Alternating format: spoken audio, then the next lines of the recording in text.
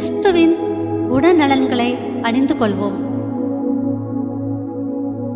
கொலோசியர் 3ஆம் அதிகாரம் 12ஆம் வசனம்.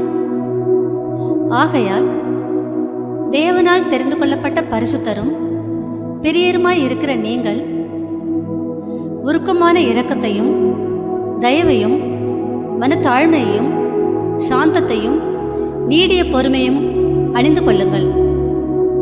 அன்பானவர்களே, நாம் தினமும் வெளிப்புற தோற்றத்திற்கு அலங்காரமான ஆடைகளை அணிகிறோம். ஆனால் வேதம் நம்மிடம் வேறொரு ஆடையை அணியும்படி சொல்கிறது. அது என்னவெனில் கிறிஸ்துவின் குணநலன்கள். நம்மை நேசிப்பவர்களிடத்தில் நாம் அன்பு செலுத்துவதென்பது எளிது. ஆனால் நம்மை காயப்படுத்தினவர்களையும் நாம் மன்னிப்பதுதான் கிறிஸ்துவின் குணமாகும். இயேசு சிலுவையில் தம்மை துன்பப்படுத்தினவர்களுக்காக கூட பிதாவே இவர்களை மன்னியும் என்றே ஜெபித்தார்.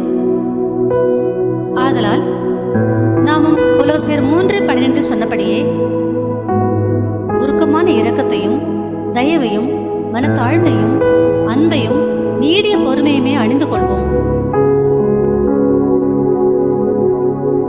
பெயரில் கிறிஸ்துவை வைத்திருக்கிற நான் என்னுடைய குணநலங்களில் கிறிஸ்துவை அணிந்திருக்கிறேனா என்று ஒவ்வொருவரும் தன்னைத்தான் கேட்டுக்கொள்ள வேண்டும். அதாவது நம்மிடத்தில் இருக்கிற கோபத்தை கலட்டி போடுவோம், மன வெறுப்பை கலட்டி போடுவோம், மன கசப்பை கலட்டி போடுவோம். நம்மிடம் கிறிஸ்துவின் வார்த்தைகளை கேட்கிறவர்கள் கிறிஸ்துவின் குணாதிசயங்களை பார்க்கிறார்களா என்று சற்றே ஒரு கணம் யோசித்து பார்க்க வேண்டும்.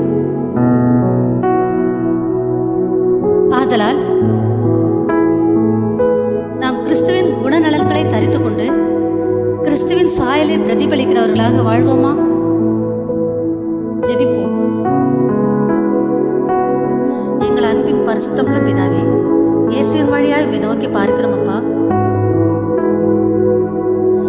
நீர் எப்படி உம்மை நிந்தித்தவர்களையும் உம்மை துன்பப்படுத்தினவர்களையும் மன்னித்தீரோ, அதே போல உம்முடைய குணங்களை தரித்து கொண்டு உம்முடைய சாயலை வெளிப்படுத்துறவர்களாக வாழ கர்த்தர் எங்களுக்கு கற்றுத்தாங்கப்பா. இயேசுவின் மூலம் பிதாவே, ஆமேன்.